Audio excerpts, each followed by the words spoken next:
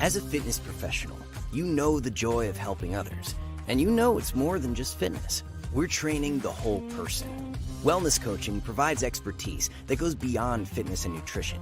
It's a holistic approach to helping others become their best selves while reaching their goals. To us, there's no greater joy than that. Join the fitness leader. Become a fitness leader. Become a certified wellness coach. Go to nasm.org/wellness.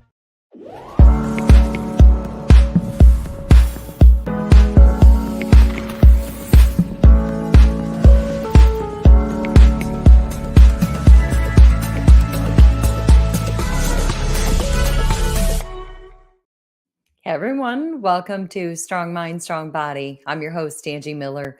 And today I have a very special guest named Lauren Reedy. She is a 5-time Emmy Award winner and she owns Forever Ready Productions. But here's the deal. We are going to talk about the cost of inaction, what it costs us to be stuck in this place where we think we want to do something, but we're not sure that it's the right decision or the right time.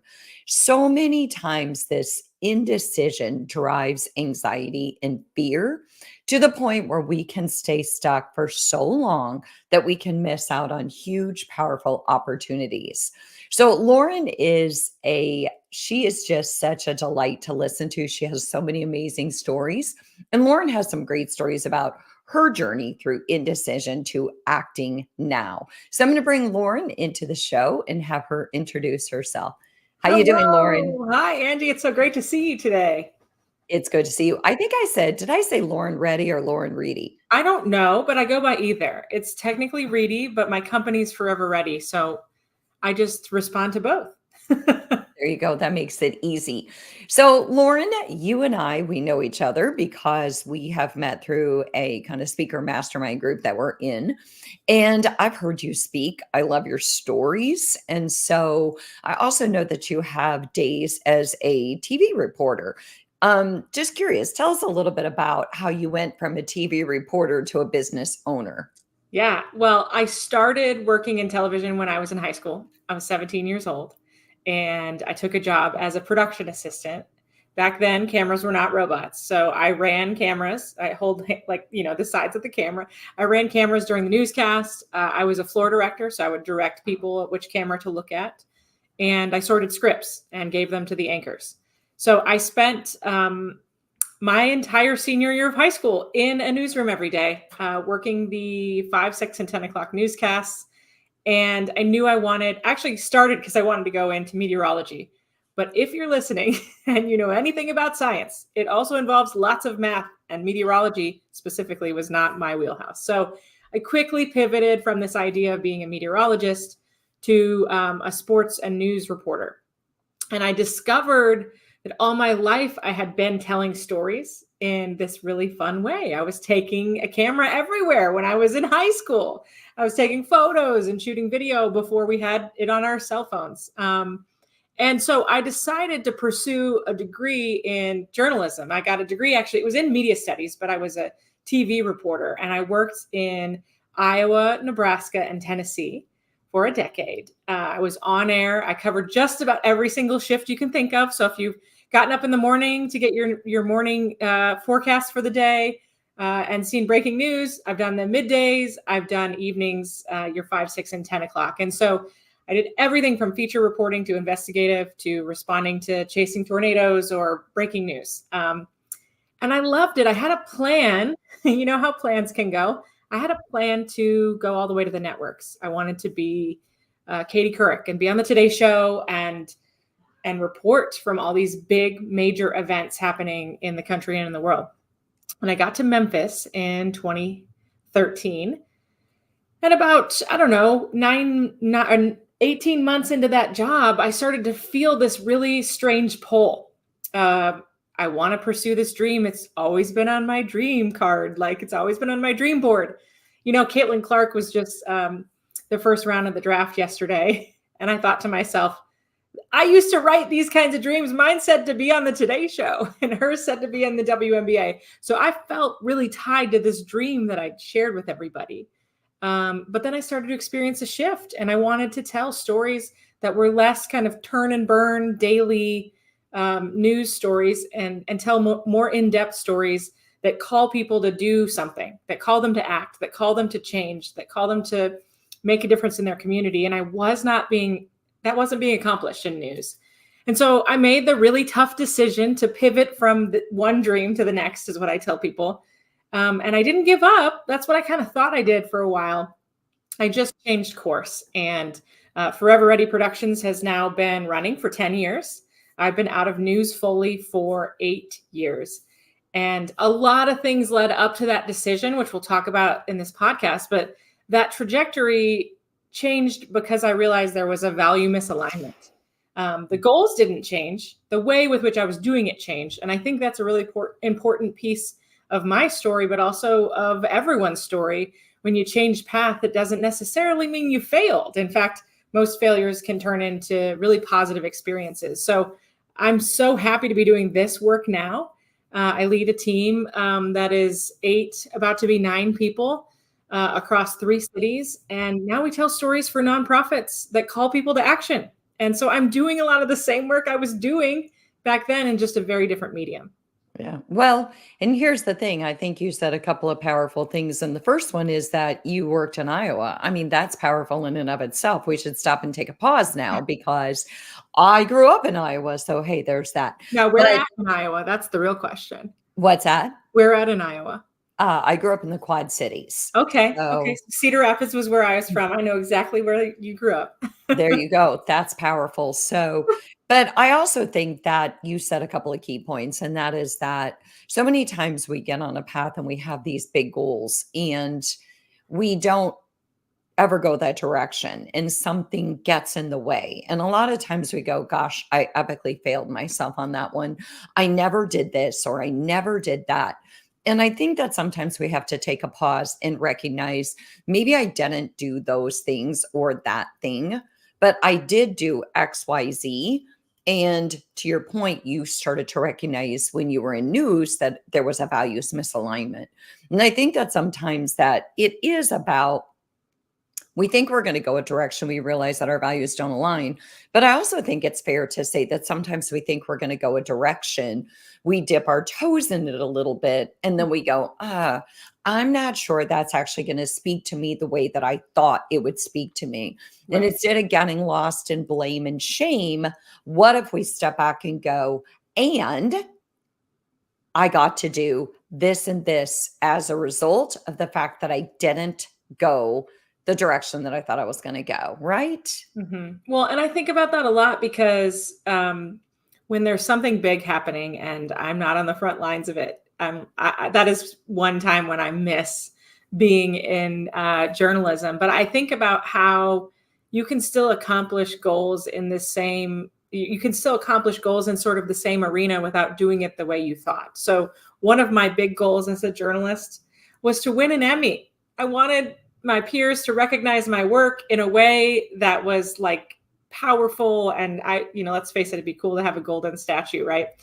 And all of my time in news, I entered the Emmys and never once was I nominated. I was so disappointed. And I thought when I made this big change that would never happen again, like that dream, that ship had sailed. And that's not the case, as you mentioned in the in the intro about me. I didn't think that that's how this would go. And here we are many years later, and I could say I'm a 5-time Emmy Award winner. That's not something I thought would happen the way that it has.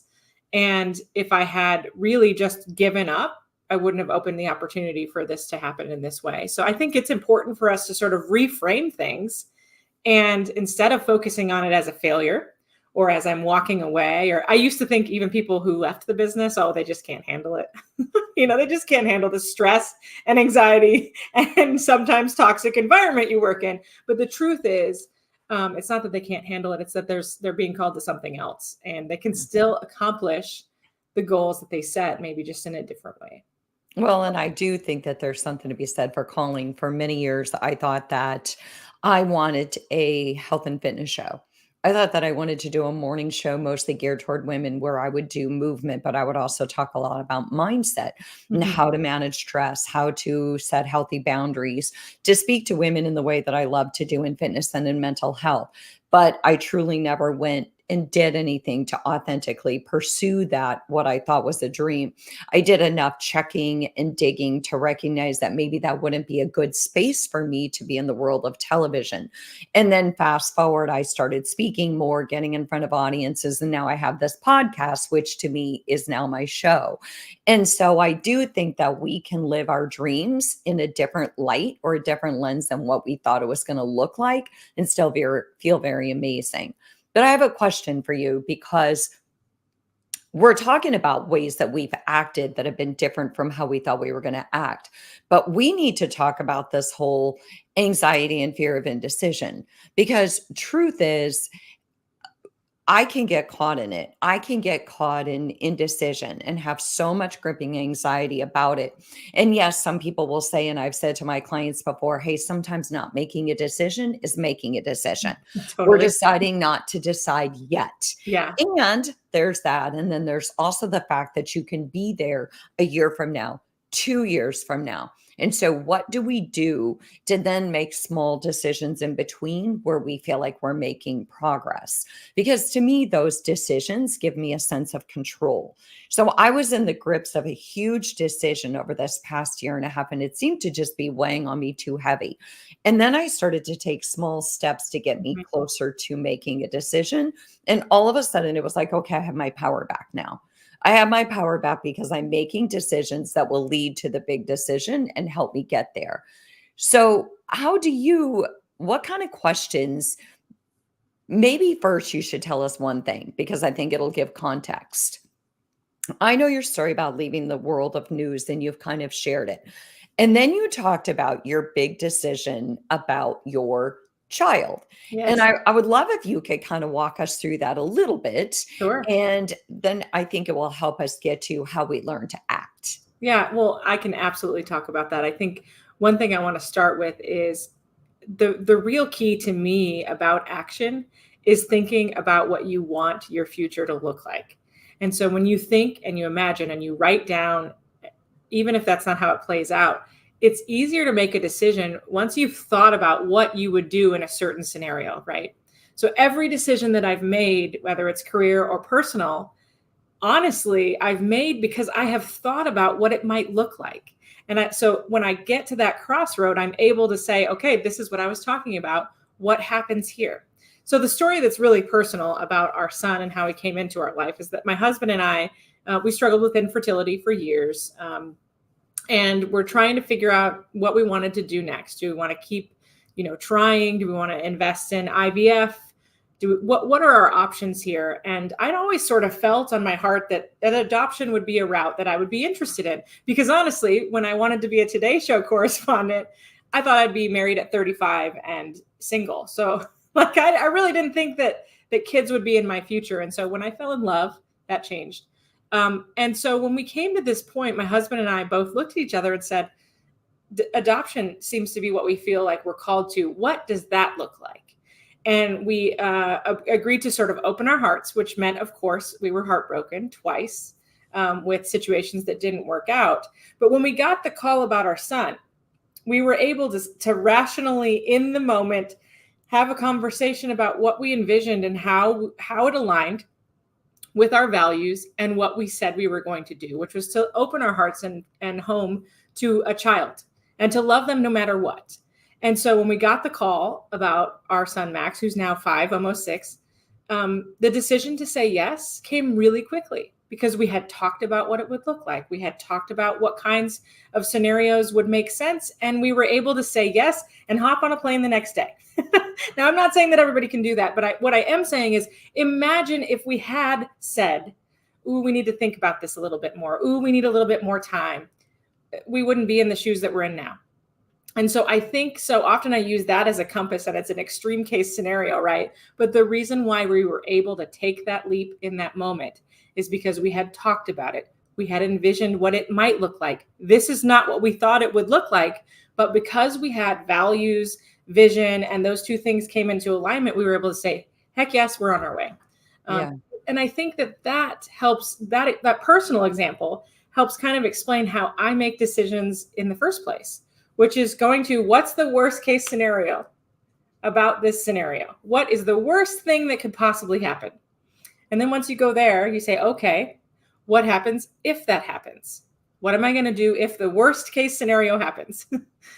And then you think, how likely is that worst case scenario to happen? More often than not, it's actually very unlikely. Now, I will say in our adoption process, the worst case scenario happened twice. But when you go all the way to the edge, then it's like you're imagining yourself there. And then it makes the decision easier. Yeah. And then you think, okay, well, if that doesn't happen, then what do I do? And so that's sort of the process that I run through. What is the absolute worst thing that could happen? Will it happen? What are the chances of it? What will I do if it does? And if not, what's the action? And that can apply across the board with so many things. And that's how my husband and I come to decisions all the time. He's also my business partner. So when we're thinking about expanding, when we're thinking about, adding a new service, those are the questions we're asking. And it kind of shakes you of the anxiety. Sure, there's plenty of anxiety still around on decisions. But when you go all the way to the edge and then you really analyze whether that's likely and then what your plan is if it is, it kind of clears things a little bit. It makes you have a clearer vision of what to do forward.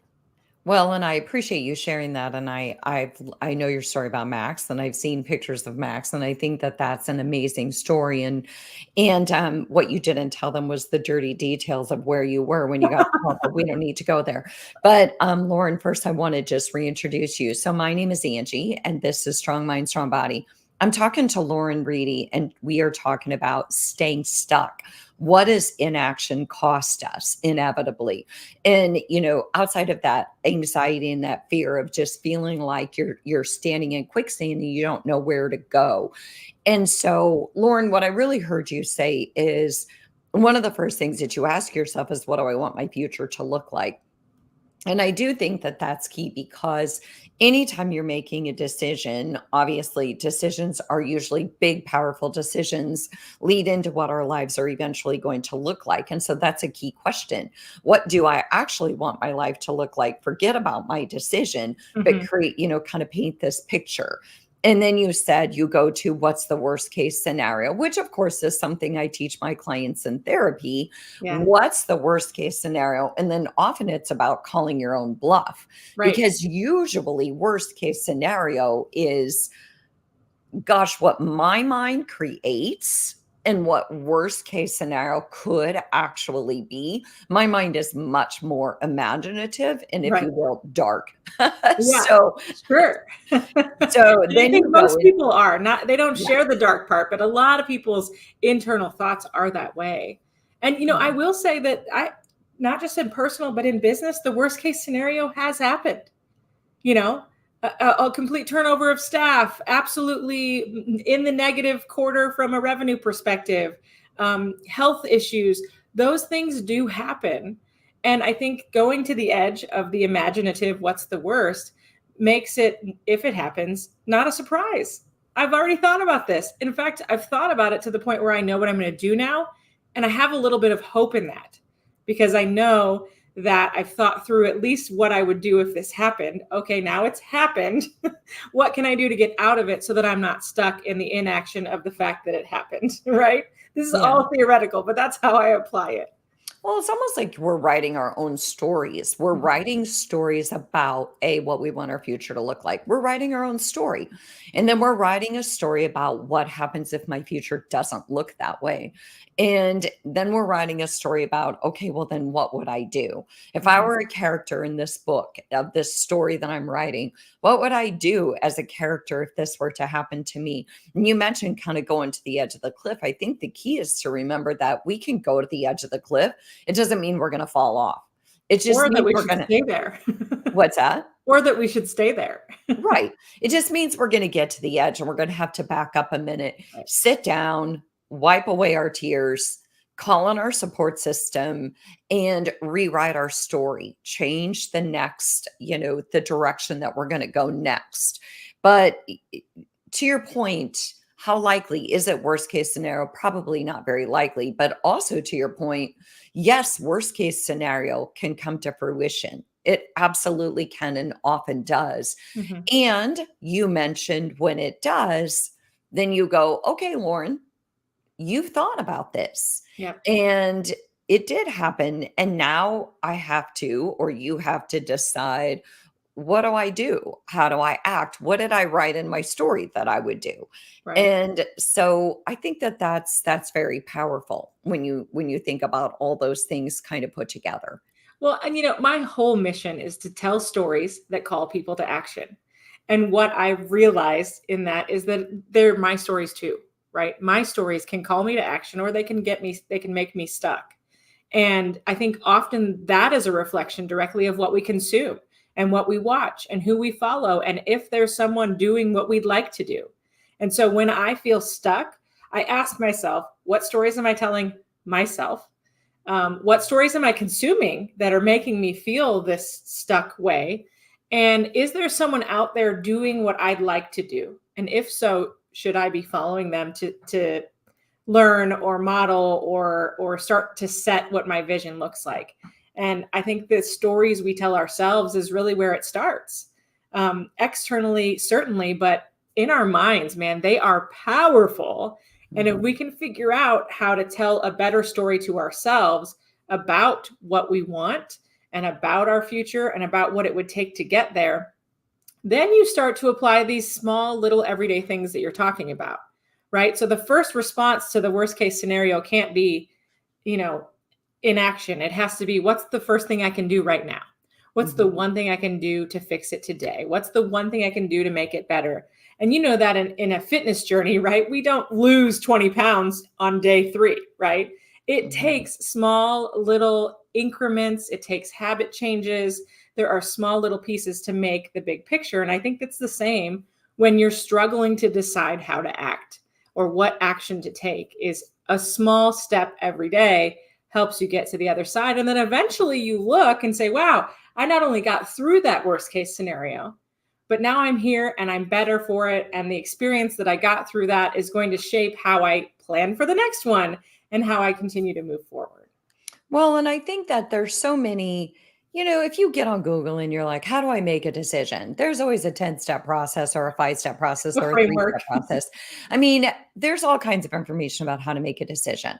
But I think what I really wanted to talk about today is what you and I are talking about. And so much of this is driven by our values and our vision, but also about the stories that we're telling ourselves. It's on a deeper level because a lot of times we're in a place where we need to make a big decision because something in our life is not aligning with our values. And we know we're uncomfortable and we can't quite what I find a lot of times too, when I get stuck in indecision or when my clients get stuck in indecision, what they end up doing, and it's kind of ironic, but it makes sense, is they end up trying to control everything else. I call it the perimeter stuff. They Mhm. try to fix and control everything around the perimeter as if getting their life tidied up in all the ways is going to make them feel better. But if they never get to the core issue, that thing that's going against their value system, that job that's making them not want to go to it every day, or that Right. relationship that is costing them sleep, or whatever it is, that big barrier, if it's not dealt with, it's going to stay right in the middle of the road. And you can fix all the perimeter, but the barrier, the big boulder that's not moving, is still going to stay there. And you're not going to chip away at it until you chip away at it. Right. And so I think our biggest discomforts and our hardest decisions come from things that don't align with our value system. And what's And really interesting about that is that sometimes you can be good at something and it's still not aligned with your value system. yes. Like, and that can also keep you stuck because you spend time. I mean, that was me in news. Like, I was good at it. I liked responding to in the moment things, and I struggled so much, not only because it was a dream, but because I was good at it. And I thought, well, if I'm good at it, shouldn't I just do it, keep doing it? Like, why would I leave if I'm good at it? And so I think even if the value alignment feels like, well, I'm good at this, doesn't always mean that you're meant to stay there. And I think the key for what we're both talking about here is really going deep and being honest with yourself. Because once I did that and thought, well, what's the disconnect here? Then I realized I have a strong desire to serve, and this is not allowing me to serve in the way that I can best serve. That service is one of my core values. So that is something that drives everything that I do. And I felt limited and unable to serve in the way that I felt was impactful. And once I identified that, it was like, okay, just because you're good at this doesn't mean you should keep doing it. I'm really glad you said that, because I think that that's a huge one. Because a lot of people in a lot of spaces, they are very successful. But think about the people we know who were big CEOs or just making all the money, and then they found that they weren't happy. Just Right. because they were good at it didn't mean that it was bringing them joy, or that it wasn't driving its own form of anxiety, because it went against the grain of their true purpose in life. And I know everyone's done with the word purpose. If you talk to me about purpose, but the truth is, values and purpose go hand in hand. And if it's not aligning with that, think about even in relationships. Your relationship can be good in many, many ways. And there can be big barriers that go against your value system or don't make you feel grounded in that relationship. And that's what can make it difficult for people to pull away from relationships or jobs, because they can intellectualize all the good things. Oh, certainly. Just The like we job, can in bed. yeah, the job pays me well. I like the people I work with. I'm good at it. Yeah. And yet I'm not serving the world the way that I thought I would. Or the relationship, we communicate well and we have fun. Right. And there might be things that are just true barriers that go against what you think a relationship could look like for you. And so I think part of the difficulty of decisions is what you just targeted, is that it's not always going to be all bad. It's not in your face bad, or those wouldn't be difficult Right. decisions. Right. Those are the easy decisions, Right. right? Exactly. Most of the time. Yeah. The in your face bad decisions are Right. pretty typical. So you mentioned values, you mentioned vision, you also mentioned models. And I wanted to kind of go back to that, because having good models for what it is that we think we want to accomplish, or how we think how we want our life to look like. When you said kind of create that story for how you want your life to look, I think it does pay to look around and go, I kind of like my life to look like Susie Q's or Timmy's life, or whoever it might be, not from a place of comparison, but from a place of the life that they're living and the values that they're abiding by align with mine. Absolutely. What do you think? Is that a good way to describe models, or using Yeah, models? I was actually going to say, don't spend too much time on what I call comparison canyon. Yeah. It is a devastating place to spend your time. What a visual, right? You're like looking out at everyone. I think it's helpful because if you've identified your values and you're shaping your vision, you can run your values and vision against what you see others doing. So there are lots of people who I could model what I'm doing and admire parts of what they're doing. But if I have this lens of values and what are the things that drive me, it's almost like a compass. Then I could say, I really like some of the things about the way this person is doing it, but some of the things don't align with my values. And I think that having that gives you the ability to form your own unique, and not have to feel like you're imitating someone else. Although, let's be honest, we all take in information. Nothing is original. Everything I just told you is stuff I've read in Stoicism and all kinds of business books. So nothing we're doing is original, but the tools we have, especially defining our own vision and values, can help us compare to others in a way that makes us confident. Okay, I love that. That doesn't really align with what my values are. And I think there's a really important distinction here, because it can also cross the line, right? Comparison can cross the line, and so can judgment. So if you're too stringent about your values against someone else's, then you can find yourself being judgmental of the way someone else is doing something or the action that they've taken versus what you would have. So I try really hard to sort of unbiasedly look at that and then compare to what aligns with what I would want to do. The real key there is to also revisit that. So are my values the same as they were 10 years ago? I'd like to say they are at the core, at the foundation, sure. But there's some new ones that I've picked up along the way because I've recognized, oh, I really value this about something. For example, I really value initiative. Someone who takes initiative. I like to take initiative. That is now a part of my own personal values. That wasn't a part of my values 10 years ago because I didn't really know that about myself. And there's some things that I've taken off my list of values over the years because I realized that's not actually something that I value. But having that compass gives you a roadmap of sorts to make absolutely every decision in your life. And I've just found it to be so valuable to use it almost like a reference guide. How does this apply? And how does it align with my values? And if you haven't done a values exercise, I think that's the first place to start is what do I value? What's important to me? What things really make me tick? And then how does that align with the vision I have for my life? Then you start using that to help you make decisions from the get-go. And I did a podcast. I'll have to look back. Maybe we can put in our show notes. I did a podcast about doing values exercises and how we kind of live a life aligned with our own personal values. But it's interesting that you said that about the whole comparison thing. I went to a retreat this past weekend, and one of the things that stood out to me was a conversation about how when we are were triggered by someone,